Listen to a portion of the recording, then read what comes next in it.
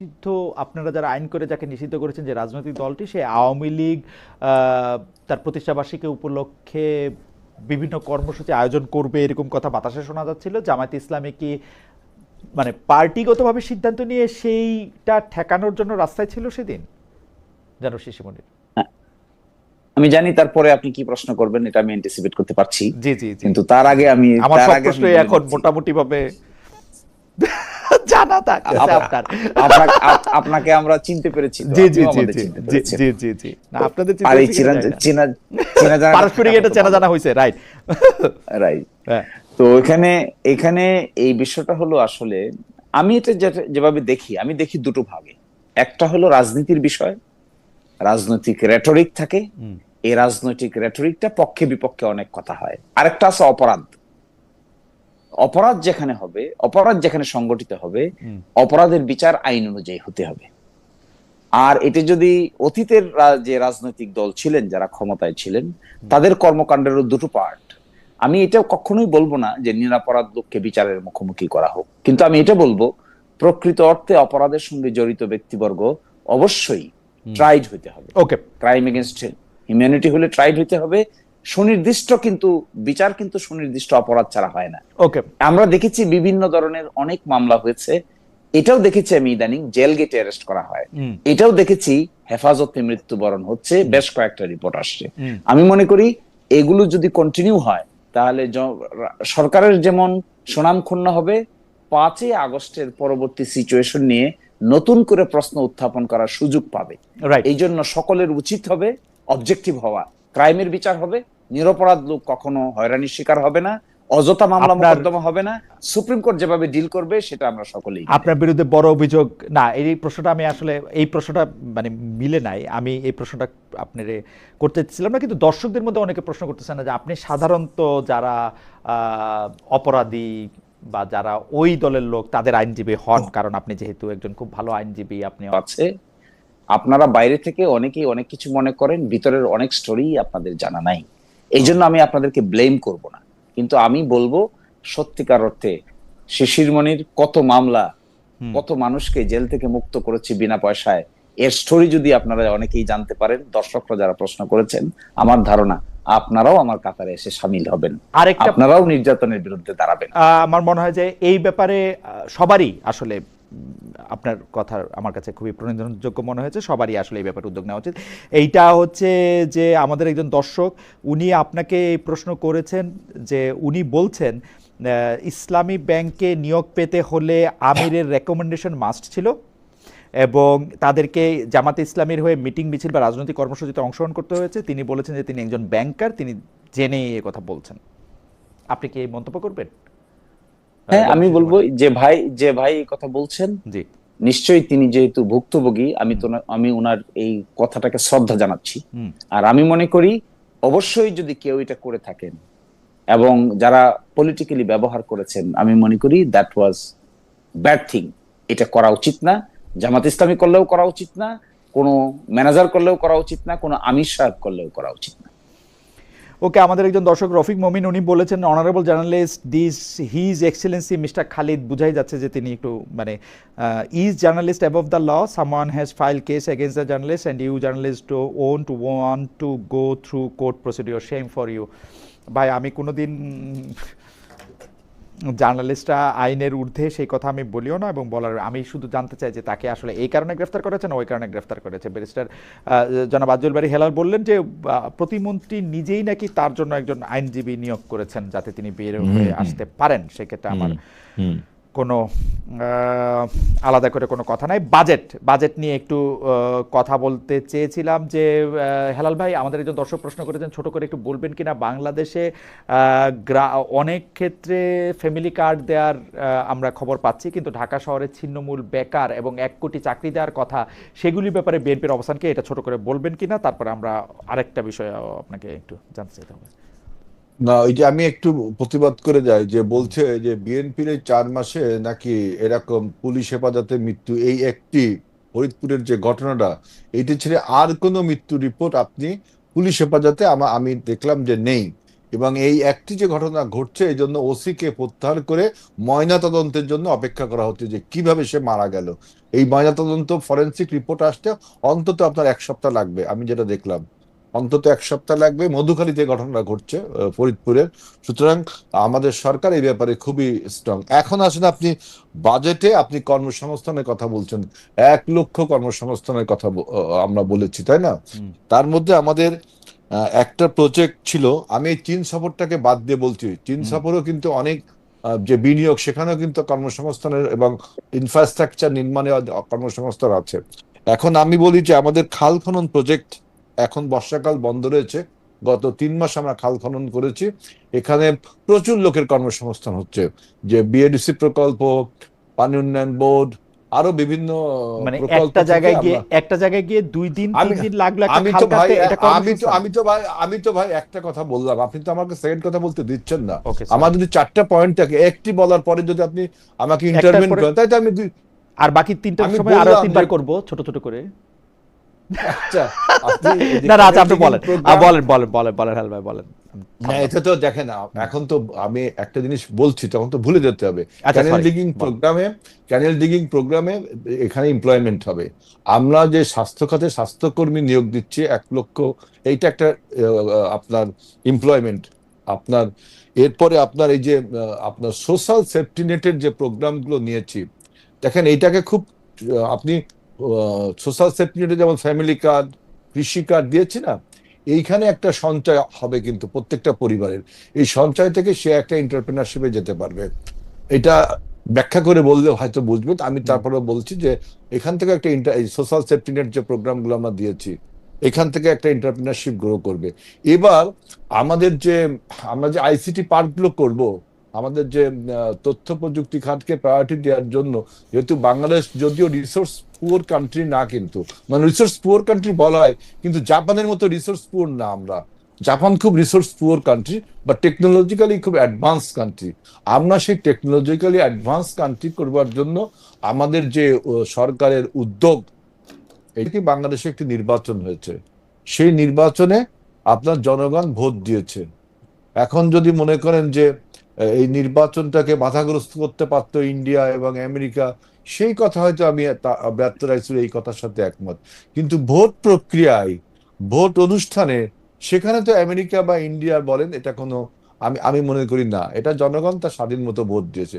এবার আছে সেকেন্ড কথায় যে ডিপ্লোম্যাসিটা, যে বিএনপি বা এই সরকার যে ডিপ্লোম্যাটিক যে ইনিশিয়েটিভটি ফার্স্ট ইনিশিয়েটিভ নিল, এটা হলো ইকোনমিক ডিপ্লোম্যাসি। আমি বিএনপির প্রথম ডিপ্লোম্যাসিটা হলো ইকোনমিক ডিপ্লোম্যাসি। পলিটিক্যাল ডিপ্লোম্যাসি এখানে প্রচ্ছন্নভাবে লুকিয়ে আছে। অনেক কথা বললে আপনি যদি অনেক বিশ্লেষণ তখন বলতে পারবো। ইকোনমিক ডিপ্লোম্যাসি এই জন্য বলছি যে আমরা কিন্তু একটা ডিভাস্টেড ইকোনমিক্স এর উপর দাঁড়িয়ে রয়েছি আমাদের এই। সুতরাং এইখানে আমাদের ইকোনমিক্সকে ভাইব্রেন্ট করতে হবে। সেখানে করতে গেলে আমাদেরকে কোনো একটা পলিসি নিতে হবে।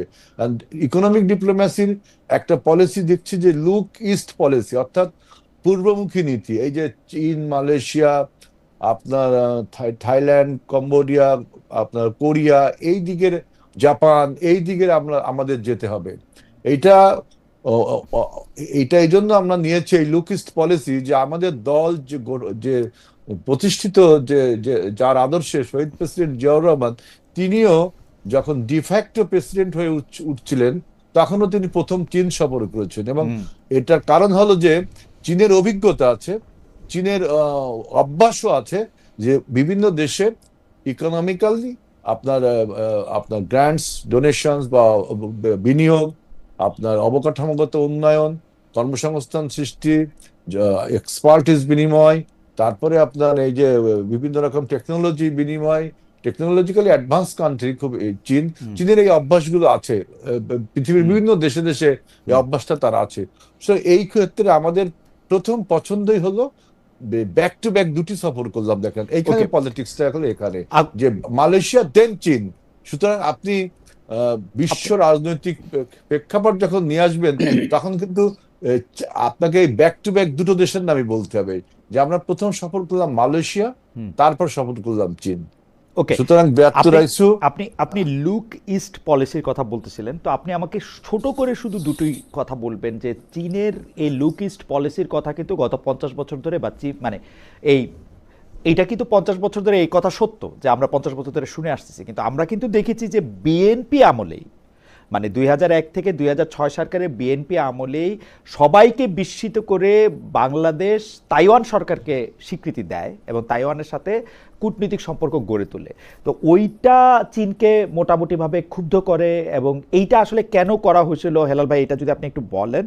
আর 2 নম্বর হচ্ছে আমরা কিন্তু শেখ হাসিনাকেও মানে আওয়ামী লীগ সরকারের প্রধান সাবেক প্রধানমন্ত্রী শেখ হাসিনাকেও কিন্তু বারবার আমরা চীনের কাছে যেতে দেখছি ফিনান্সিয়াল পলিসির কথা বা ইকোনমিক ডিপ্লোমেসি আপনি যেটার কথা বললেন সেইটা কিছু কথা বলে, এটা পদ্মা সেতু বানানোতে কারিগরি ও আর্থিক সহায়তা, সেইটা সাবমেরিন কিনা, আমরা বিভিন্নভাবে আরও হয়তো উদাহরণ দিতে পারবো, মোটা দাগে এই দুটা উদাহরণ দিলাম। এইটা আর এটা একই কিনা? না না, পদ্মা সেতু না, পদ্মা রেলওয়ে সেতু, পদ্মার যে রেলওয়ে ওইটা চীন আপনার, আর পদ্মা সেতু এক্সিম ব্যাংকের থেকে লোন নিয়ে করা হয়েছে। এখন কথা হলো যে কারিগরি আমি কারিগরি আওয়ামী লীগ কারিগরি কারিগরি সাপোর্টটা তো পুরোপুরি চীনও দিছে। এটা আপনি রেল সেতু বলে তো আপনি আলাদা করতে পারবেন না। না, আমি বলছি যে বিএনপির জি। চীনের সাথে আপনার ফ্রেন্ডশিপ, এটা তো আপনার প্রেসিডেন্ট জিয়াউর রহমান থেকে শুরু হয়েছে। আপনি 2001 সালে যে চায়নাকে এখানে ডিপ্লোম্যাট আপনার কূটনীতিক অফিস খুলতে দেওয়া, এটার জন্য আপনি বলছেন যে তখন হয়তো চীনের সম্পর্ক খারাপ ছিল। বিষয়টা কিন্তু এখানে ওরকম না আজকের বাস্তবতায়। এখন বাংলাদেশের সামনে প্রধান সমস্যাটা ইকোনমিক্সটা দেখেন। 30 লক্ষ কোটি টাকা আপনি ঋণের ফাঁদে পড়েছেন, একটা ডেপ্ট ট্র্যাপে পড়ে এখন আপনাকে প্রায় 9 লক্ষ কোটি 86,000 টাকার বাজেট দিতে হচ্ছে। আপনার কর্মসংস্থানের দরকার, আপনার বিনিয়োগের দরকার, আপনার ওকে, মানে এই ব্যাপারগুলি আমরা আওয়ামী লীগ আমলেও শুনেছি এবং আপনি জানেন যে প্রধানমন্ত্রী হিসেবে শেখ হাসিনা চীনই সর্বশেষ সফর করেছিলেন। তাহলে কি তারেক সাহেব শুরু করতেছেন যেখানে শেখ হাসিনা শেষ হয়েছিল সে একই জায়গা থেকে কিনা? আমার প্রশ্নটার মূল যেখানে শেখ হাসিনা শেষ হইলো ওইটা তো যদি বলতে চান, শেখ হাসিনা চীন সফর শেষ হয়েছিল কিন্তু খালি হাতে, বন্ধুত্ব মানে আপনি ক্ষমতায় থাকবার জন্য। এখানে অনেক বড় আলোচনা হতে পারে, কিন্তু আমরা ওই ইতিহাসটাকে না টেনে আমি বলছি আমাদের সরকারের সামনের চ্যালেঞ্জটাকে মেটালাইজ করবার জন্য আমাদের কোন দেশটি বেছে নেওয়া উচিত ছিল।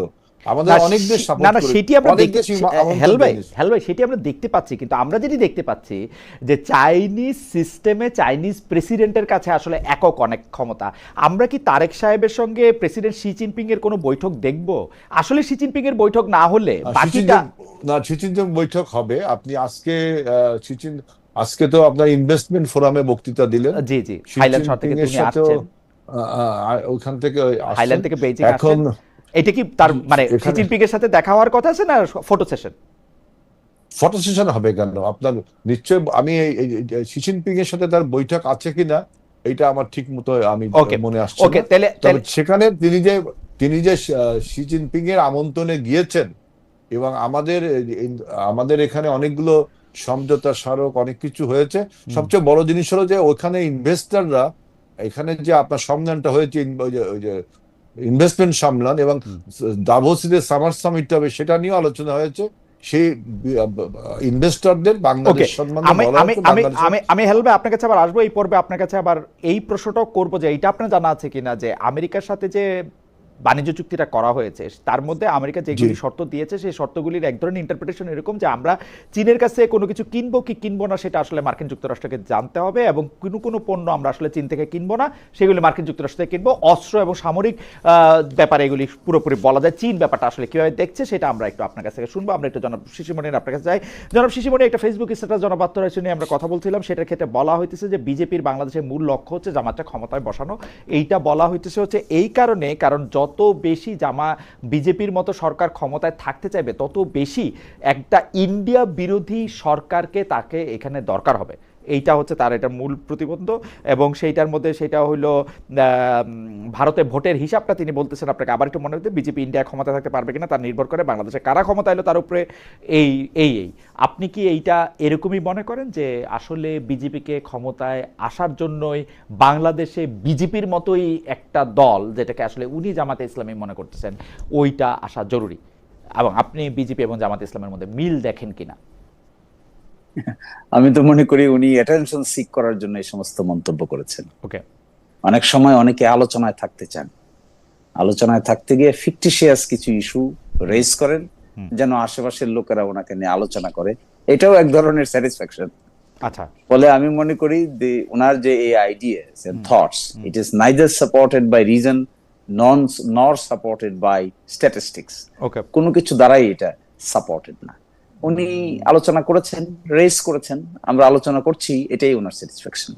না আর সেকেন্ড হলো কিন্তু এটা কিন্তু never এটা থেকে আপনি possible। একটু ব্যাকগ্রাউন্ডটা বলবেন। আচ্ছা, আপনি যদি উনার মন্তব্য আপনি সাইড করেও রাখেন, এইটা কি যে বাংলাদেশে যত বেশি ভারতকে গালাগালি করা হচ্ছে, যত বেশি ভারতের সাথে একটা শত্রুতা, মানে ভারত আমাদের বন্ধু, আমাদের খুব আপনজন, আমি এই কথা বলতেছি না, কিন্তু ভারতের সাথে একটা শত্রুতাপূর্ণ অবস্থা বিজেপির জন্য অনুকূল, বিজেপির ক্ষমতায় আসার জন্য বা বিজেপির জন্য ভালো, এটার প্রমাণ আমরা পশ্চিমবঙ্গে দেখছি। এটা প্রমাণ আমরা নরেন্দ্র মোদীকে তৃতীয়বার নির্বাচিত হওয়ার সময় উনি যে ফ্যাক্টরগুলি ব্যবহার করতেছেন জনাব মোদী, তা আমরা দেখতে পাচ্ছি।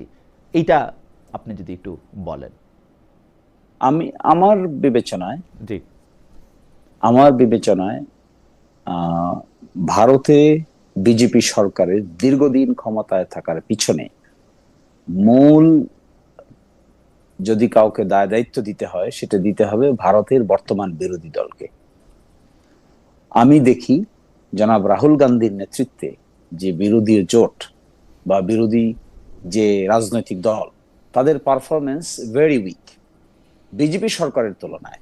সারা ভারতবর্ষ জুড়ে যে ধরনের কর্মকাণ্ড পরিচালনা করার কথা, যে ট্রাস্ট এবং confidence within the peoples mind develop করার কথা, আমি দেখতে পাচ্ছি বিভিন্ন ন্যাশনাল ইন্টারন্যাশনাল মিডিয়া, ভারতীয় মিডিয়াতে জনাব রাহুল গান্ধী এখনো এই ধরনের অ্যাকসেপ্টেবল কোনো লিডারশিপ দিতে পারেন নাই। ফলে আমি এই বাইরের ষড়যন্ত্র তত্ত্বের চাইতেও ইন্টারনাল অপোজিশনের ইনক্যাপাসিটিকেই বেশি দায় দায়িত্ব দেওয়ার জন্য আমি এটাকে যৌক্তিক মনে করি। আর বাংলাদেশে কে ক্ষমতায় থাকলো কে ক্ষমতায় থাকলো না, 5ই আগস্টে কি হয়েছে মহিউদ্দিন ভাই? 5ই আগস্টে ভারতীয় সরকারের সকল ইচ্ছার বিরুদ্ধে গিয়ে এই দেশের মানুষ রিভল্ট করেছে। কিন্তু এইখানেও আমার কাছে এইখানে একটা প্রশ্ন আছে বেশ মনির, আপনি হয়তো খেয়াল করেছেন যে ভারত এই 15 বছর যখন আওয়ামী লীগ সরকার ক্ষমতা ছিল, তারা প্রায় প্রতিটা বিষয়ে কথা বলেছে, কিন্তু জুলাই এবং আগস্টের ব্যাপারে তারা অসম্ভব নীরব একটা ভূমিকা নিয়েছে। তারা এটার ক্ষেত্রে আসলে শেখ হাসিনার সাপোর্টে আইসা দাঁড়ায় নাই, বড় কোনো বিবৃতি দেয় কিছুই করে নাই। আসলে মিডিয়া আলাদা কথা, সরকারিভাবে আমার নজরে পড়ে নাই যে ভারত প্রতিবার যেমন শেখ হাসিনাকে সাপোর্ট করে, বলে এটা আমাদেরও প্রবলেম, এইবার তারা এটা বলছে এটা বাংলাদেশের প্রবলেম। এটা কি কোনো কিছু বোঝা যায়? এটার পেছনে কারণ হলো, আমরা একটা প্রবাদ পড়েছি না ছোটবেলায়, হ্যাঁ, যে অল্প সুখে কাতর আর অধিক সুখে পাথর। আপনি তো আমার আইনজীবী, এইটা বইলা আপনি নাইলে আদালতে জিতলেন, কিন্তু আসলে কি ডিপ্লোমেসি এমনি কাজ করে না? এখানে আমি দেখতে পাচ্ছি ভাই, স্পষ্ট আমি সিম্পলি দেখতে পাই যে এই ঘটনাটায় তারা স্টিফ হয়ে গেছে, পাথর হয়ে গেছে। দীর্ঘদিন তারা বুঝতেই পারে নাই কি তাদের রিয়াকশন হওয়া উচিত। কিন্তু ঘটনাটা সেকেন্ড হলো এই ঘটেছে, এবং এই মাস আপসার্চটাকে তারা কি করে হ্যান্ডেল করবে, তাদের ব্যাপারে বাংলাদেশের ইয়াং প্রজন্মের মধ্যে যে ধরনের রিজার্ভেশন তৈরি হয়েছে, এটাকে কি করে তারা নরমাল করবে, কুল ডাউন করবে, এই চিন্তায় তাদের দীর্ঘদিন পার হয়েছে। তাদের মধ্যে 2-1 ডিপ্লোম্যাটদের সাথে আমাদের আগে থেকেই যোগাযোগ ছিল। আমি তাদের কর্মকাণ্ড, কথাবার্তায় বুঝতে পেরেছি দে আর এট এ ফিক্স, তারা নিজেদেরকে লস করে ফেলেছিল।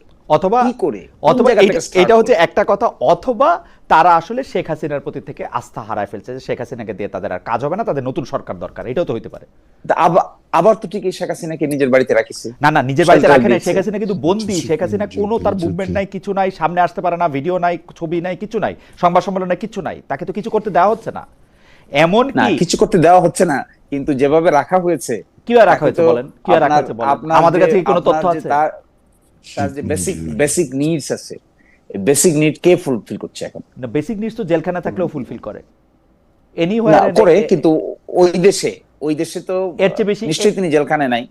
না, আপনি কিভাবে জানেন জেলখানায় নাই? আমরা তো তাকে কোনোদিন প্রকাশ্যে আইসা একটা সংবাদ সম্মেলন করতে দেখলাম না।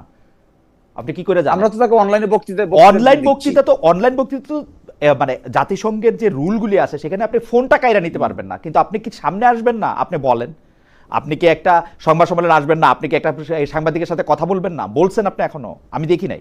হাউএভার আমি একটু প্রশ্নটার আগাই, আপনি কি মনে করেন যে জামায়াতে ইসলামী এবং বিজেপি তারা একই ধরনের রাজনৈতিক দল, একই ধরনের উপজীব্য ব্যবহার করে তারা মানুষের ভোট বা আস্থা পাওয়ার জন্য? মনে হয় না, আমি তো এটা দেখছি না। আমি তো মনে করি জামাত ইসলামী তার কর্মে কাণ্ডে এজেন্ডায়, বিশেষ করে লাস্ট ইলেকশনে যে ধরনের কর্মকাণ্ড নিয়ে মানুষের সামনে হাজির হতে চেয়েছে, it was very inclusive, it was very innovative and it was very attractive. এবং অ্যাকর্ডিংলি জামাত ইসলামের যে জাম্পিংটা দেখবেন, ভোটার রেশিওর জাম্পিং এর মধ্যে জামাতের এই সমস্ত পলিসির সঙ্গে বাংলাদেশের ইয়াং প্রজন্মের বড় একটা অংশ রেসপন্ড করেছে। আর না হলে 5-7%, 10% ভোট থেকে এটা 40% ভোটে রূপান্তরিত হলে কি করে, কিভাবে সম্ভব? ফলে এই যে নিউ কনটেক্সটটা ডেভেলপ করেছে জামাত ইসলামী, এই নিউ কনটেক্সটের সঙ্গে নিজেকে খাপ খেয়ে একটা মডার্ন অ্যাডজাস্টমেন্টের মধ্য দিয়ে নিজেকে উপস্থাপন করার চেষ্টা করছে। এটি বাংলাদেশের সংস্কৃতি, বাংলাদেশের ইতিহাস, বাংলাদেশের পলিটিক্স, বাংলাদেশের মানুষের চিন্তা চেতনাকে প্রাধান্য দিয়েই করা। এবং সিমিলার ফ্যাশন যদি বিজেপি সেখানে করে থাকে, তাহলে this is their context, this is their design. কিন্তু আমাদের কনটেক্সট এবং design is separate. Barrister Shishirmoni, আপনি এখন যে দুটা লাইন বললেন যে জামাত সম্পর্কে, এই দুইটা লাইন কি আপনার লাইন নাকি জামায়াত ইসলামের লাইন? যে আপনি এটা আমাদের লাইন, আপনারই লাইন না জামাতের লাইন? আমাদের মডার্ন, আমাদের লাইন, জামাত ইসলামের লাইন, জামাত ইসলামের লাইন। ওকে, আমি আবার আসবো আপনার কাছে। আমি একটু বলি, যে হেলাল ভাই, আমি একটু বলি ভাই। হেলাল ভাই, আপনার তো জামাত ইসলামী, হেলাল ভাই আপনার তো জামাত ইসলামী নিয়ে অনেক আগ্রহ, অনেক পড়াশোনা। আপনি যদি মনে করেন আমার একটু প্রশ্ন করার সুযোগ, আচ্ছা আপনি বলে নেন। আপনি প্রশ্ন বলেন, আমি প্রশ্ন করতে ভালো হবে। আচ্ছা না, আমি প্রশ্নটা ওই আগের প্রশ্নটাই করতেছিলাম যে আপনারা যে মার্কিন যুক্তরাষ্ট্রের সঙ্গে একটা চুক্তি করছেন, এবং এই চুক্তি যারা মানে এই চুক্তিটা চীনের সাথে আলোচনায় আপনাদের জন্য মানে সহায়ক, প্রভাবক, নাকি কি হচ্ছে কি আসলে? আমি ইউএস এর কন্ট্রাক্টটা এটারই আলোচনা করবার আগে আমি একটু ছোট করে কথা বলি, ব্রাত্য রাইসুরের কথাটা বলি। জি, ব্রাত্য রাইসুর কথাটা একটু শুরু করি। উনি বলছে যে বিজেপির বাংলাদেশের ব্যাপারে মূল লক্ষ্য হইল জামাতের ক্ষমতায় বসানো। উদ্দেশ্য কি? যে এই যে জামাতের যে ঐতিহাসিক ভারত বিরোধিতা, ওইটাকে পুঁজি করে বিজেপি ক্ষমতায় থাকবে, এইটা দেখলাম তার ভাষ্য। তো এখন আসলে কি, আমি ব্রাত্য রাইসুর প্রত্যেকটা লেখাকে আমি তার অনুমান অর্থাৎ তার যুক্তিগুলোকে আমি আন্ডারমাইন করতে চাই না। তিনি অবশ্যই লিখবেন, তিনি বহুদিন ধরে লেখেন। তার এই ফেসবুক স্ট্যাটাস আমি বহুদিন ধরে পড়ি, অনেকেই আপনারাও পড়েন, অনেকেই পড়েন। আমি এইখানে যে জামাতের যে ঐতিহাসিক ভারত বিরোধিতা, এই কথাটা ব্রাত্য রাইসুর ভাই কি ঠিক হইলো বলা? কারণ আমরা তো ইউনূস সরকারের সময় দেখলাম জামাত ভারতের পক্ষে কতগুলো কথা বললো, তাই না? তো সেটা কি লোক দেখানোর কথা বলেছিল নাকি আসলে যেমন দুই একটা মনে করে দেন তো হেলাল ভাই। যেমন ভারতের সাথে ভালো সম্পর্ক রাখতে হবে। আপনার ডক্টর ইউনূস সরকার যখন ক্ষমতায় এসেছিল, ভারতের সাথে আমাদের সম্পর্ক ভালো রাখতে হবে বলেছিল জামাতের আমির। জামাত তো এখনো এই কথা বলে, জামায়াত তো ভারতের বিরুদ্ধে যুদ্ধ ঘোষণা করে নাই। আচ্ছা, এইটা গেল। তারপরে দেখেন বলছে যে চীন এবং ইউএসএ বিএনপিকে, চীন এবং ইউএস এর সম্পর্কের উপর বিএনপির সম্পর্ক ক্ষমতায় টিকে থাকবে। আমি যদি আপনার ব্রাত্য রাইসুর এই অনুমানকে বা এই সমীকরণকে সঠিক তর্কের খাতিরে মনে করিও, তাহলে দেখবেন যে এই যে মে মাসে যে ট্রাম্পের সফরটা হলো চীনে, চীন এবং ইউএস এর যে মধ্যে যে সমঝোতাগুলো, যে আলোচনাগুলো হলো, সেটা যদি আপনি চীন ভিত্তিক যে পত্রিকা সাউথ চায়না মর্নিং সানে পড়েন, তখন দেখবেন যে চীন এবং ইউএস এর মধ্যে কিন্তু সম্পর্কের যে উত্তেজনা ছিল, সেটা কিন্তু অনেকটা প্রশমিত হয়েছে। না, আমার মনে হয় যে হেলাল ভাই, আমি আপনার সাথে এখানে বিনয়ের সাথে দ্বিমত পোষণ করি। চীন এবং আমেরিকান সফর, মার্কিন যুক্তরাষ্ট্রের প্রেসিডেন্টের চীন সফরকে বলা হচ্ছে ইতিহাসের সবচেয়ে নিষ্ফলা সফর কোনো মার্কিন প্রেসিডেন্টের। উনি শূন্য হাতে ফিরে আসছেন। উনাকে যে উপহারগুলি দেওয়া হয়েছিল সেগুলি পর্যন্ত তিনি প্লেনে তোলেন নাই। বলা হচ্ছে যে এগুলি বিভিন্ন ধরনের জীবাণু কোয়ারেন্টাইন, এগুলির কারণে। কিন্তু আসলে এক ধরনের মানে কি বলে, এক ধরনের নিষ্ফল ইয়ার জন্যই তিনি এটা প্রতীকীভাবে সেগুলি রেখে এসছেন। সবচেয়ে বড় কথা হলো যে কোনো আচ্ছা, ঠিক সমঝোতা আছে, স্মারক, আপনার এবং কথা- আপনার অনেকেই কথা বলে মেনে থাকেন চীনের এই নিষ্ফলা সফরের কারণে তাকে এই ইরানের সাথে এরকম একটা ডিল করতে হয়েছে। আপনার এই অনুমান যদি সঠিক আমি ধরে নেই, জি, তারপরও আমি আরেকটা আর্গুমেন্ট আমি আপনাকে কোথাও দিতে পড়ি পারি। নাই ট্রাম্পের সফরকে কোনো ফলবান বলা হয়েছে, কোথাও পড়ি নাই আসলে। এই সাউথ এশিয়ান মনিটর পড়ি নাই, নাকি চীনের না না, south China morning post, south China morning post পড়ি নাই, কিন্তু আর যেগুলি না, পড়ছি আমরা- আমেরিকার আমরা- পত্রপত্রিকা যেগুলি পড়ছি সেগুলিতে পড়ি নাই। না, আমি বিভিন্ন আপনি বিভিন্ন ওয়েবনারে আলোচনাগুলো শুনবেন। আমি তো আর মনে করেন চীনের ভিতরে ঢুকিনি জি। বা আমেরিকার ভিতরে ঢুকিনি। আপনি যেমন পড়ছেন আমি ওরকম পড়েছি। এখন আপনার এই অনুমান যদি সঠিক মনে করি আমি, আমার অনুমানটা আপনি যদি ভুল ধরেন, তাহলে এখন আমি বলতে পারি যে পৃথিবীর যে ভর কেন্দ্র, শক্তির যে ভর কেন্দ্র, যা আগে ছিল আমেরিকা রাশিয়া, সেটা এখন আমেরিকা চীন হয়েছে, তাই না? রাইট। এটা তো আপনার এই সূত্র তো ঠিক। হ্যাঁ। তার মানে একটা ভর কেন্দ্র এখন এশিয়ায় আসলো। তাহলে সেই ক্ষেত্রে আপনি যদি আমাদের সাথে চীনের সম্পর্ক থাকে, আর একই সাথে আমরা যদি ইউএস এর সাথেও আমাদের একটা ঐতিহাসিক সম্পর্ক রয়েছে, আপনি যদি বলেন যে কেন ঐতিহাসিক সম্পর্ক রয়েছে, ইউএস এর সাথে বিএনপি সরকারের কখনো আপনার টক্কর লাগেনি। এবার যে চুক্তিটা হয়েছে ইউএস এর সাথে, আমাদের যে চুক্তিটা হয়েছে, যে চুক্তিটা আমাদের হয়নি, ইউনূস সরকারে হয়েছে, সেই চুক্তিটাকে আমরা অ্যাডভান্স নিয়ে যাচ্ছি। আমি এর চেয়ে বেশি কিছু বলতে চাচ্ছি না। রাইট, তাহলে তার আপনাদের মানে এর কি? চেয়ে বেশি একটা কিছু ভারসাম্য, বলারও নাই হেলাল ভাই, কারণ হচ্ছে যে আপনাদের না, চুক্তিটাই আপনাদের লোকই ওইখানে বসে করছে। আমার বক্তব্যটা শেষ করি। জি, আমাদের জি, লোক না, প্লিজ, আপনার আপনাদের লোক। বক্তব্য শেষ করুন। এখন মন্ত্রী ভাই উনি। সেটা যাই হোক, তিনি মন্ত্রী, তিনি ইউনূস সরকারের সময় এটা করা হয়েছে, তিনি করেনি, ইউনূস সরকার করেছে। আমরা আপনাদের এটাকে কথায়। এখন লন্ডন বৈঠকের এটাকে নিয়ে আলোচনা, শোনেন, এটা নিয়ে আলোচনা হবে, এটা নিয়ে আলোচনা হবে, এই চুক্তির সবকিছু নিয়ে আলোচনা হবে, আমাদের সব নিয়ে আলোচনা হবে। অর্থাৎ ডিপ্লোম্যাসিতে ব্যালেন্সিং বলে একটা কথা আছে, তাই না? Balancing diplomacy. সুতরাং আপনার এই জিনিসটা ঠিক না। আরেকটা হচ্ছে, এবার আরেকটু বলি, যে লাস্ট ইলেকশন যে জামাতের যে 40% না 32+ ভোট, এই ভোটের কারণে শিশির মনির যেটা বললেন যে মানুষ তাদের ভোট দিয়েছে 7 থেকে 32 গেছে, এর স্ট্যাটিস্টিক্যাল ডাটায় আমার অনুমান যে এখানে দেখেন ফিনান্সিয়াল একটা সাপোর্ট জামাত পেয়েছে।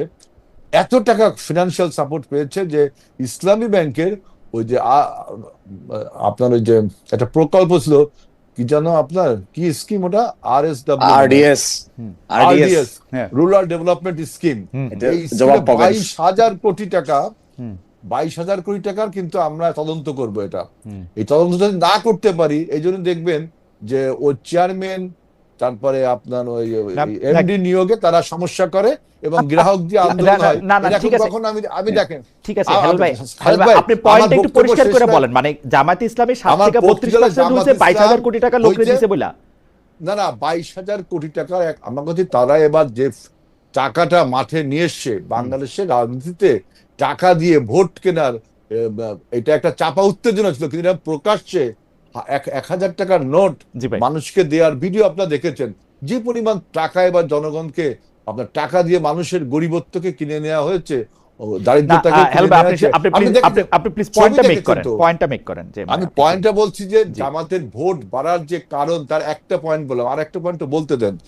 একটা হলো টাকা, সেটা আপনি ওই যে অ্যাডভোকেট শাহরিয়ার কবির দেখছেন যে কিভাবে 1,000 টাকা নোট বিলাইছে, একটা 1,000 টাকা নোট একটা লোককে দিছে। ও ভাই আমরা যারা নির্বাচন করেছি, আমরা যারা নির্বাচন করেছি, আমরা দেখেছি যে বস্তা বস্তা টাকা আমরা ধরেছি। এটা পুলিশ, সেনাবাহিনী সব জানে, আমরা বস্তা বস্তা টাকাটা ধরেছি। জামাতটা আপনার এই নির্বাচনটাকে স্টিগমেটাইজ করার জন্য আপনার এই জিনিসগুলো বলছে, এখন দিয়ে দেন, মানে প্রমাণ করুন যে নির্বাচনটা ভালো হয়নি, যেটা আওয়ামী লীগ চাচ্ছে। সেকেন্ড কথা হলো যে এই যে 7% ভোট, যে 32+ হলো, এখানে আওয়ামী লীগের যে ভোটটা তারা পেয়েছে, বুঝছেন? এইটা হলো আরেকটা কথা। আওয়ামী লীগের ভোট আপনারা পাইছেন হেলাল ভাই? আমরা পাইছি, আমি কি বলছি আমি পাইনি? তারা তো পাইছে, তারা বেশি পাইছে। আমাদের না আপনারা বেশি পাইছেন হেলাল ভাই, আপনারা বেশি পাইছেন। আওয়ামী লীগের লোকের সাথে কথা হয় আমার, সবাই বলে যে বিএনপি রে দিয়ে দিছে। আপনি একজনের বুকে পাথর বেঁধে বিএনপি কে দিছে।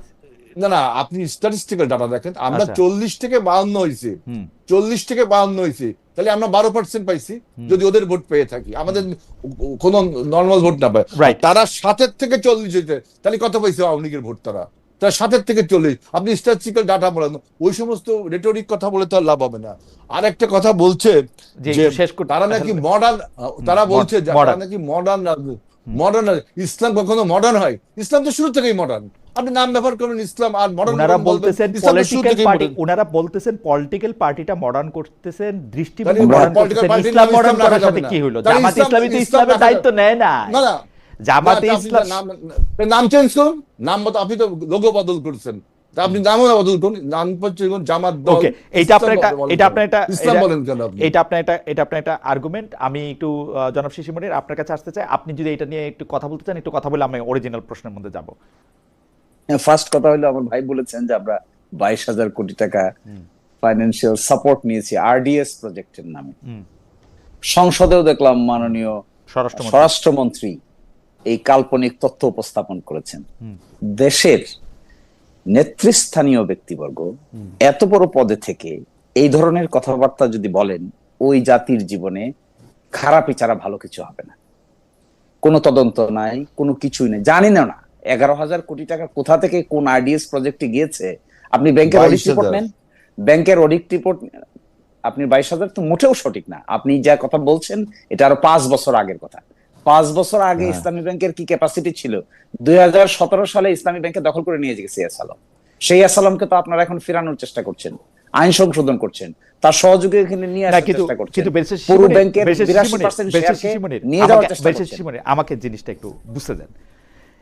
এই কথা কি ঠিক যে ইসলামী ব্যাংকে যারা কাজ করত তারা আসলে এক ধরনের পরীক্ষিত জামায়াত বা শিবিরের লোক? এই কথা কি ঠিক? এই আরডিএস প্রোগ্রামটাতে যারা সুবিধা পেয়েছে তারা জামায়াত ইসলামী বা শিবিরের লোক, বা জামায়াত ইসলামী বা শিবিরের দাওয়াতে তারা এই সুবিধাটা পেয়েছে, এই কথা কি ঠিক?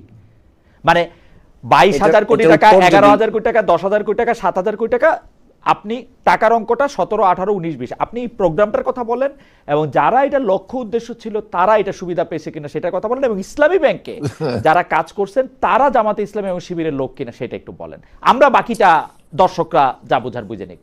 বুঝে নেব আমার দর্শকরা। ফার্স্ট কথা হলো ইসলামী ব্যাংকটাকে নিয়ে এই দেশে যা হয়েছে এটি সাংঘাতিক ধরনের আপত্তিজনক কাজ হয়েছে, যার অরিজিনেট করেছিল তৎকালীন সরকার। জোর করে জবরদস্তি করে এসালমের নামে 81.92% শেয়ার, যা হাইকোর্টের আদেশে এখন স্থগিত হয়ে আছে, এই পরিমাণ শেয়ার 24টা নামে বেনামে কোম্পানি তৈরি করে তারা এই শেয়ারগুলো মার্কেট ব্লক করে ইসলামী ব্যাংকের টাকা দিয়ে ইসলামী ব্যাংকের শেয়ার কিনে নিয়ে ডাইরেক্টর হয়েছেন। BFIU, Bangladesh financial intelligence unit, একটা রিপোর্ট দায়ের করেছে হাইকোর্ট বিভাগে। এই রিপোর্টে তারা উল্লেখ করেছে এই 24টা কোম্পানির ভিতরে 22টার তারা ট্রেস করতে পেরেছে, 2টা হলো বিদেশি কোম্পানি যার কোনো ট্রেস করতে পারে নাই। এখানে তারা দেখিয়েছে এমনও লোক এই কোম্পানির এমডি এবং চেয়ারম্যান যারা হলেন বিল্ডিং এর দারোয়ান এবং বিল্ডিং এর সিকিউরিটি গার্ড, তারা জানেও না এই কোম্পানির যে তারা কোনোদিন চেয়ারম্যান হয়েছে, কিভাবে চেয়ারম্যান হয়েছে। অথচ দেখা গেছে কোম্পানি ইনকর্পোরেশনের পরে 3 দিনের মাথায় 750 কোটি টাকা ওই কোম্পানির অ্যাকাউন্টে ঢুকেছে ইসলামী ব্যাংক থেকে।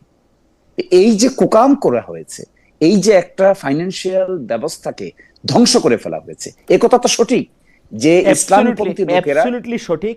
এস আলমের 24টা কোম্পানি যেটা বেনামের, আপনি খুব সুন্দর করে অল্প কথা বলছেন, এই প্রত্যেকটা জিনিস আমিও, আপনি যেরকম দলিল দেখে বলতেছেন আমিও মোটামুটি একই রকম দলিল দেখছি। আমার পড়া আপনার মতো তো শার্প না। প্রথমে বলতে হবে ইসলামী ব্যাংকের মালিক কি জামাত ইসলাম, এটাকে না, কিন্তু আমার প্রশ্ন না হেলাল ভাই, আমি এই প্রশ্নটা করি, আপনি আমাকে প্রশ্ন করার টাইম না, এখন তো আমার আর মহিউদ্দিন ভাই আলাপ করা। হ্যাঁ জি জি জি, ব্যারিস্টার মনির, আপনি যদি একটু বলতেন যে জামায়াতে ইসলামীর এই আরডিএস প্রজেক্টটার লক্ষ্য বা যারা ক্লায়েন্ট, যারা ওই পাশে আছেন, তারা আসলে জামায়াতের রাজনীতি, ভোট, জামায়াতের দলগত সুবিধা তার সাথে সম্পর্কিত কিনা, জামায়াত ইসলামীতে যারা চাকরি করছেন তারা জামাত শিবিরের লোক কিনা?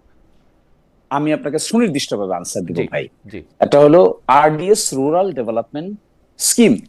এই rural development scheme is approved by the Bangladesh bank, এবং রুরাল ডেভেলপমেন্ট স্কিমের অধীনে যে পরিমাণ কাজ বাংলাদেশে হয়েছে, আপনি যদি বাংলাদেশ ব্যাংকের রিপোর্টটা দেখেন তাহলে দেখবেন আজ পর্যন্ত বাংলাদেশে সাকসেসফুল যে কয়টা এই ধরনের মাইক্রো ক্রেডিট মেকানিজম সিস্টেমের মধ্য দিয়ে যে কয়টা ক্ষুদ্র উদ্যোগ নেওয়া হয়েছে, তার মধ্যে এইটাকে তাদের রিপোর্টে বলেছেন সবচাইতে বেস্ট ট্রান্সপারেন্স এবং অ্যাকাউন্টেবল মেকানিজম।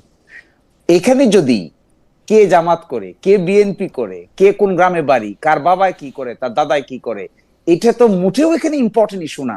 ইম্পর্টেন্ট ইস্যু হলো বাংলাদেশের মানুষ ইররেসপেক্টিভ অফ আনইম্পর্টেন্ট ইস্যুটা পলিটিক্যাল একটু পার্টি। বলেন, এইটা আরডিএসটা জামায়াতে ইসলামীর লোকজনকে উদ্দেশ্য করে করছে কিনা? আর আপনি বাংলাদেশ ব্যাংকের রিপোর্টের কথা বললেন তো, No. বাংলাদেশ ব্যাংকের রিপোর্ট কিন্তু ডিপেন্ড করে ভাই, এটা আপনি আমার চেয়ে অনেক ভালো জানেন। আমি ব্যাংক হয়ে আমি লোন দিছি, আমি যদি ক্রেডিট নিয়ে অভিযোগ না করি, বাংলাদেশ ব্যাংক তো সেটা ক্রেডিট রেটিং এ আগেই রাখবে। আমি যদি টাকা দিয়ে বলি যে না আমার খুব ভালো হয়েছে, আমি লোন ফেরত পাইছি, আমার এখানে আমি 2 গরু কিনে দিছিলাম, 2 গরুর জায়গায় 4 গরু হয়েছে, তাহলে তো এটার মধ্যে তো কেউ এটার মধ্যে অভিযোগ করবে না। You know it very well. না, এইভাবে কিন্তু শুধু এই আরডিএস মাইক্রো ক্রেডিট প্রজেক্ট না, আপনি জানেন ডক্টর মোহাম্মদ ইউনূসের গ্রামীণ ব্যাংকের প্রজেক্টও কিন্তু প্রথম 10, 15, 20 বছর অনেক ভালো দেখানো হয়েছে, এটা দেখানোই যায়।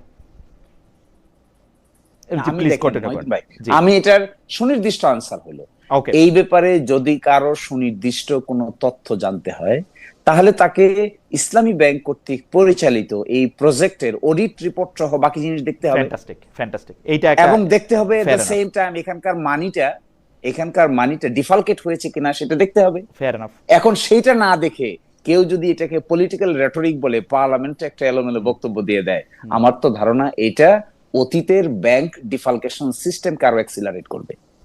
আমার এটা উচিত না। আমার মনে হয় যে এটা আর সেকেন্ড হলো, আর সেকেন্ড কথা হলো ভাই, কারা কাজ করে এখানে, কারা কাজ করে দেখেন। ইসলামী ব্যাংকের একটা পরীক্ষা হয়, এই পরীক্ষাটা আইবিএ কর্তৃক কন্ডাক্টেড, ইন্ডিপেন্ডেন্ট পরীক্ষা। এই পরীক্ষায় যে টিকবে সে জামাত করে না কি করে না করে এটা তো দেখার বিষয় না। যদি আইবিএর পরীক্ষায় যেহেতু ইসলামী ব্যাংকিং সংক্রান্ত আমি প্রশ্নপত্রে দেখেছি বেশ কয়েকটা স্পেশাল প্রশ্ন থাকে।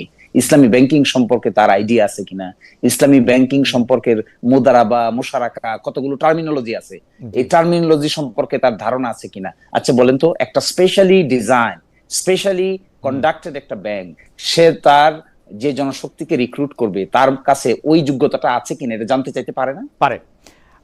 আচ্ছা, এবং সেটা যদি আইবিএ কন্ডাক্ট করে, রাইট, এটা যদি এখন জামাত ইসলামের লোকজন ভালো পারে, পারতেই পারে, কিন্তু এইবার আপনার লোক পারলে আপনার লোক আসবে। এইবার যাদেরকে চাকরি থেকে বাদ দেওয়া হইলো তারা কি এইরকম একটা পরীক্ষা দিয়ে আসছিল? জামাত ইসলামীর কাছে যখন ব্যাংকটা ছিল এরকম একটা পরীক্ষা দিয়ে আসছিল? আরো দেখেন, আরো ইন্টারেস্টিং এই কথা বললে ভাই আমাদের টক শো রেখে আমরা সবাই পালাইতে বাধ্য হব। এবং 10,000 কর্মকর্তা কর্মচারী এস আলম সাহেব নিয়োগ দিয়েছেন যাদের কোনো পরীক্ষাই না হয়, কোনো পরীক্ষা নেওয়া হয় না, কোনো এক্সাম নাই। উনি চট্টগ্রামে গিয়েছেন, খাতুনগঞ্জে মানুষ দেখছে, উনি খাতুনগঞ্জে সকালবেলা, আমি একটা ভিডিও দেখাবো আপনাকে, পাঠাবো আমি আপনার কাছে, উনি ওই যে মুড়ি মুরকি বিক্রি করার মতো গাড়িতে যাচ্ছেন, ডানে একজন বামে একজন ওনাকে সিবি দিচ্ছে, এই সিবি ওয়ালা সকল লোকেরা চাকরি পেয়ে গেছে। উনি সকালবেলা একটা চায়ের দোকানে কাজ করতে, চা খেতে গেছেন,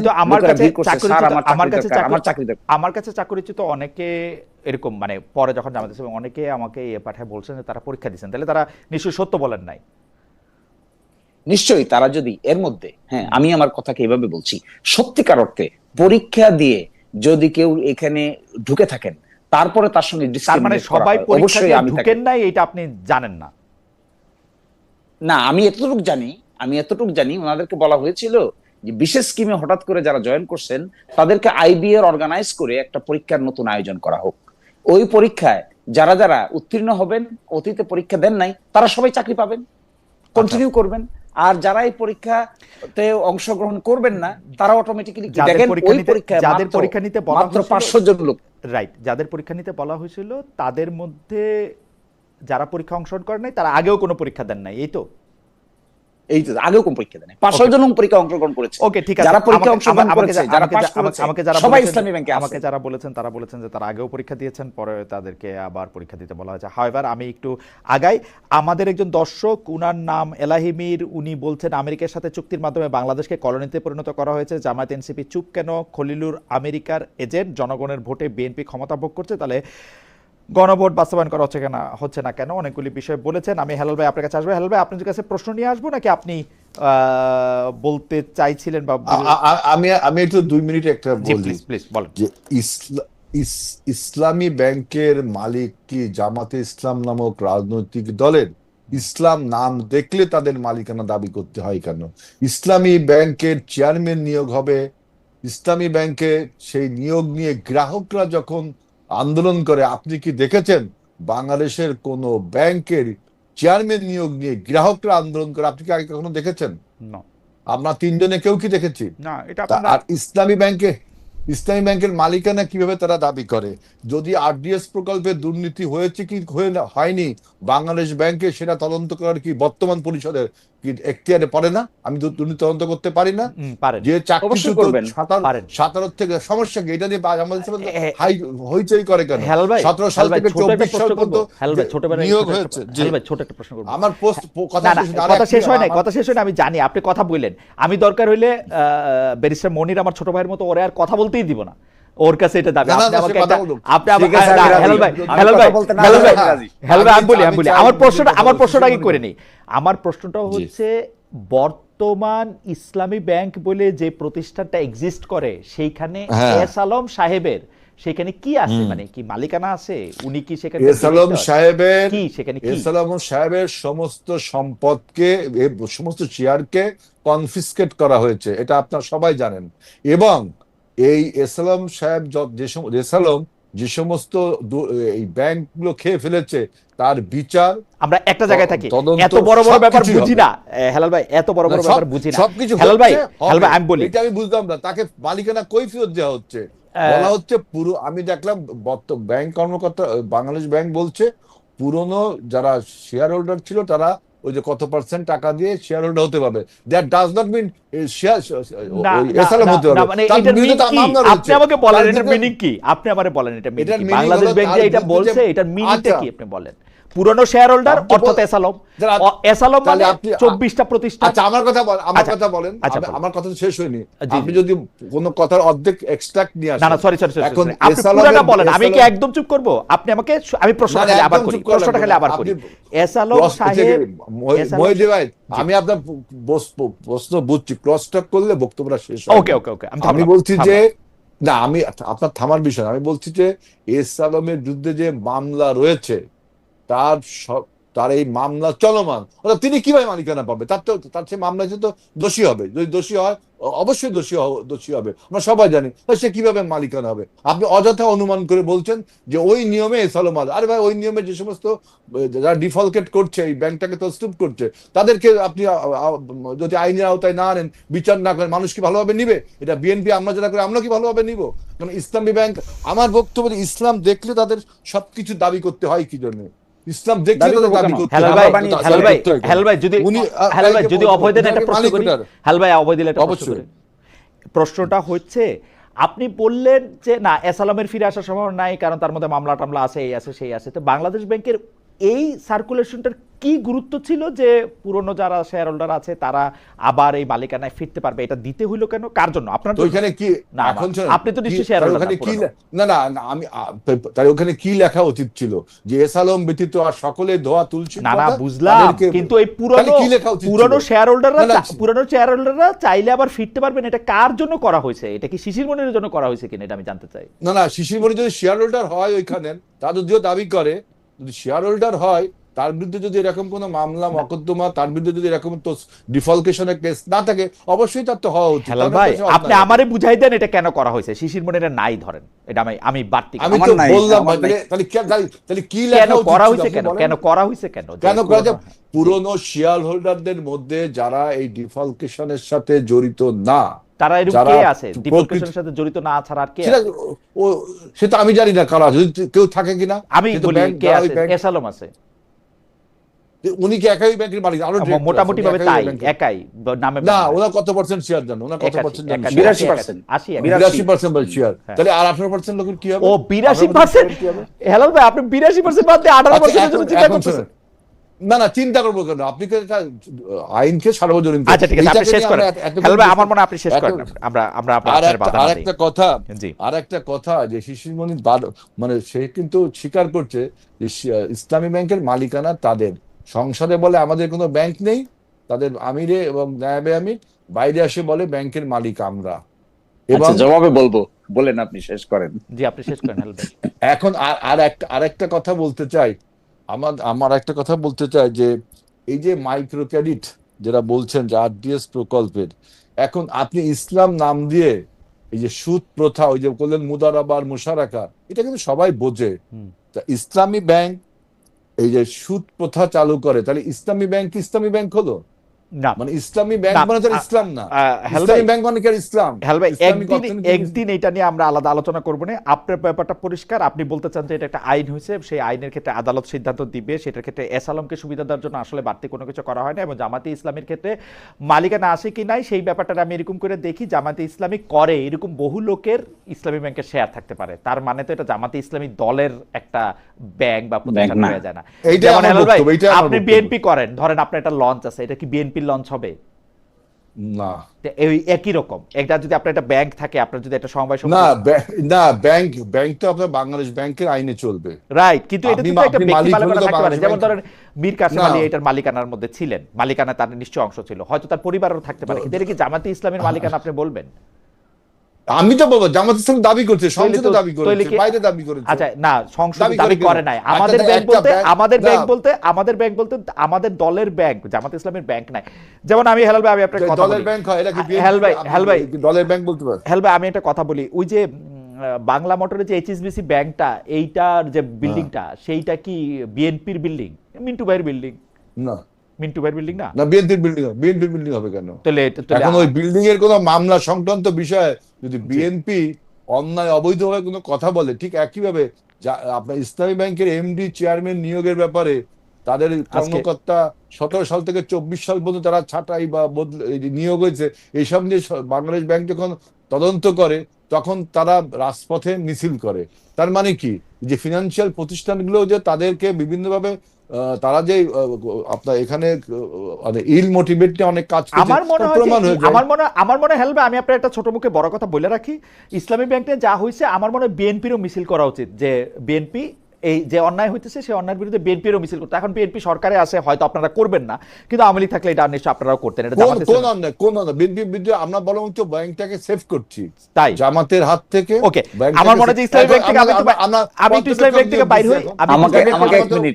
আচ্ছা আমি আমি একটু স্নেহের ব্যারিস্টার শিশির মনির, যারে আমি অনেক শ্রদ্ধা করি, তার কাছ থেকে আমি একটু 1 মিনিট শুনি। আমরা একটু আগাইতে হবে ব্যারিস্টার, 1 মিনিট, 1 মিনিট আমি নিচ্ছি। আমার ভাইয়ের প্রতি শ্রদ্ধা রেখে আমি কথাটা বলছি। I am very respectful to him. at the same time, আমি শুধু এতটুকু বলছি, আমরা ডিসেন্সি এবং মরালিটির মধ্যে আমি মনে করি ইসলামী ব্যাংকের অতীত সরকারের আমলে যেভাবে ডিজিএফআই কে ব্যবহার করে জবরদস্তি করে ডাইরেক্টরশিপ গুলোকে ট্রান্সফার করে নিয়ে এসালম একা 82% শেয়ারের মালিক হয়ে বসে আছেন, বিএনপি সরকারের জন্য জাস্টিস হবে তারা যদি বলতে পারে ইয়েস, যে প্রক্রিয়ায় এই শেয়ারগুলোকে ডিজিএফআই এর মাধ্যমে ওয়েস্টিন হোটেলে নিয়ে বাধ্য করে ট্রান্সফার করে নেওয়া হয়েছে, বিএনপি সরকারের উচিত হবে সেই প্রকৃত লোকদের কাছে সেই মূল্যে এই শেয়ারগুলো ফিরিয়ে দেওয়া। তখন আমরা বিএনপির প্রতি উইল বি মাচ মোর ট্রাস্টওয়ার্থি। আমি কি ছোট্ট করে একটা জিনিস আপনার কাছে জানতে পারি, যে আপনি আসলে আপনি যথেষ্ট তরুণ, আপনার বয়সে আপনি অনেক বেশি সত্য কথা বলার জন্য অনেক বেশি আপনি নানা কারণে আপনাকে এও বলে সেও বলে। আমি আপনাকে এটা সরাসরি প্রশ্ন করি, আমি অবশ্যই আপনার এই বক্তব্যের সাথে একমত। ইসলামী ব্যাংকের এই শেয়ারের ক্ষেত্রে যেরকম ভাবে একটা প্রতিরক্ষা গোয়েন্দা সংস্থাকে ব্যবহার করা হয়েছে, যেভাবে এটা করা হয়েছে, সেটার ক্ষেত্রে আসলে আমি দেখতে চাই যে এটার ক্ষেত্রে জাস্টিস আসুক। কিন্তু আমি একটা প্রশ্ন আপনাকে করতেই চাই, জামায়াতে ইসলামী এই ইসলামী ব্যাংক নামক সফল আর্থিক প্রতিষ্ঠানটিকে রাজনৈতিক কারণে ব্যবহার করেছে কিনা? আজকে 10 বছর ধরে, গত 15 বছর ধরে এটি করেছে কিনা রাজনৈতিক কারণে, তার জনসমর্থন পাওয়ার জন্য, তার চাকরি দেওয়ার জন্য, টাকা প্রজেক্ট করে টাকা দেওয়ার জন্য? কখনো করেনি, এখনো করবে না, ভবিষ্যতেও কোনোদিন করবে না। কিন্তু জামাতে ইসলামী চায় এই যে একটা উদ্যোগ নেওয়া হয়েছে, বাংলাদেশে পরপর বেশ কয়েকবার 1 নম্বর ব্যাংকে রূপান্তরিত হয়েছে, প্রফেশনালি ভায়াবল, পুরা সাউথ এশিয়ায় it's a very good example.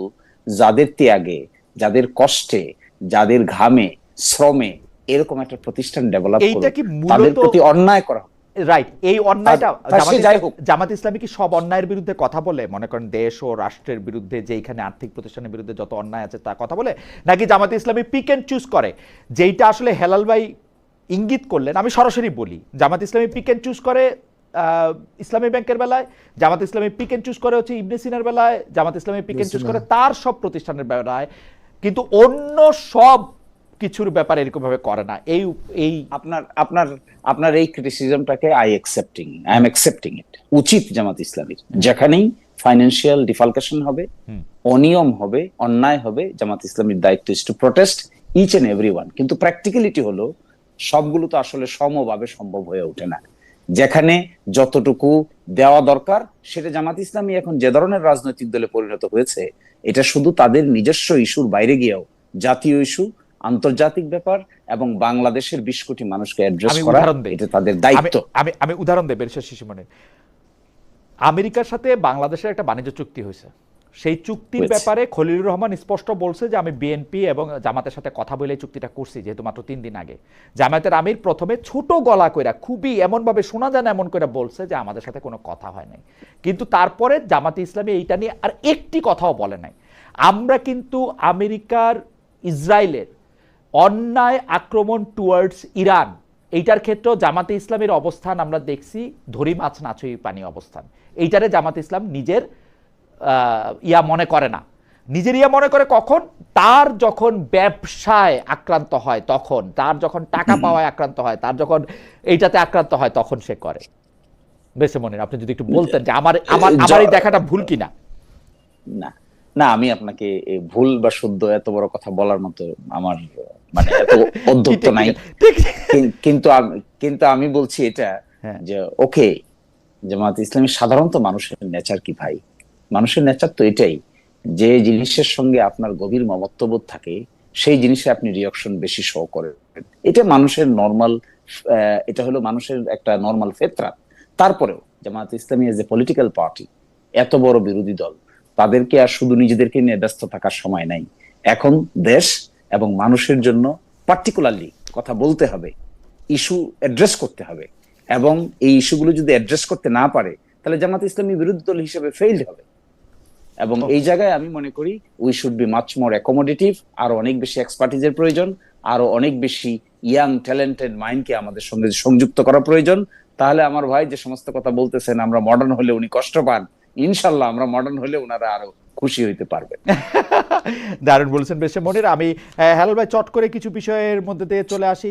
Awami লীগের সময় আমরা বেশ কিছুবার গুম কথিত বঙ্গবন্ধুতে এভাবে অত্যাচার, নিপীড়ন, হত্যা দেখেছি, এর প্রতিবাদ করেছি, বিচার ব্যতীত সব হত্যা কর্মকাণ্ড বন্ধ করতে বলেছি। কিন্তু আমরা ফরিদপুর ডিবি হেফাজতে ছাত্রলীগ কর্মী, যদিও মানে ছাত্রলীগ এখন নিষিদ্ধ, এই 3 মৃত্যু হয়েছে ডিবি হেফাজতে, এরকম ঘটনা দেখছি। অনেক ঘটনা সামনে আসছে না, কিছু কিছু ঘটনা আমরা জানতে পারছি, অনেক ঘটনাই জানতে পারছি না বলে কেউ কেউ অভিযোগ করছেন। বিচার বহির্ভূত হত্যাকাণ্ড, গাজোয়ারি মামলা, এগুলি আগের মতোই আছে বা আগের থেকে অনেকখানি বেড়েছে। আপনি যদি আমাদেরকে এই এই হাইপোথিসিসটা নিয়ে একটু বলি।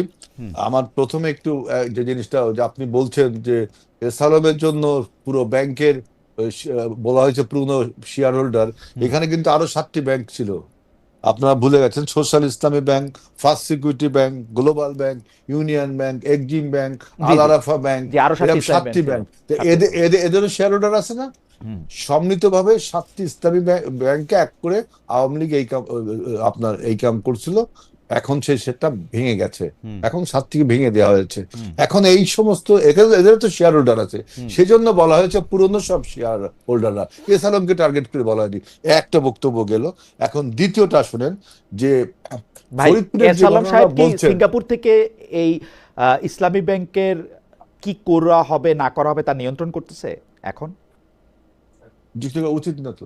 না না, উচিত অনুচিতের প্রশ্ন না ভাই, করতেছে কিনা আমার এরকম কোনো তথ্য নেই। অন্তত যদি করে তাহলে তো সেটা একটা সমস্যা। এটা করেনি, এটা যদি করে সরকারের, আমি করছিলাম জানা। ইসলামী ব্যাংক এখন কার নির্দেশে বা কার ইয়াতে পরিচালিত হচ্ছে? একটা পর্যবেক্ষক নিয়োগ করা হয়েছে, দেখছেন তো আপনি? পর্যবেক্ষক নিয়োগ করা হয়েছে, আগের কমিটি ভেঙে দেওয়া হয়েছে, নতুন কমিটি করা হয়েছে। এই পর্যবেক্ষকদের সাথে এসালমের কোনো সম্পর্ক নাই, থাকা উচিত না। এখন যদি উচিত থাকে অনেক কিছু না, তাহলে মানে আমি আছে কি নাই সংখ্যা? আমার ধারণা নেই আমি আপনার আমার দল ধারণা নাকি হিসেবে জানা? সরকার যেহেতু এই সরকারের একজন আমি এমপি, লোক, মানে ল মেকার। এমপি বা আমি সরকারের দলের একজন ব্যক্তি, সুতরাং আমি আমি মনে করি যে থাকা উচিত না। যদি থাকে, সেরকম কোনো প্রমাণ থাকে, তাহলে আমিও এর বিরুদ্ধে কথা বলবো। এখন বক্তব্য হলো যে আইন শৃঙ্খলা পরিস্থিতি আপনি দেখছেন যে আগের থেকে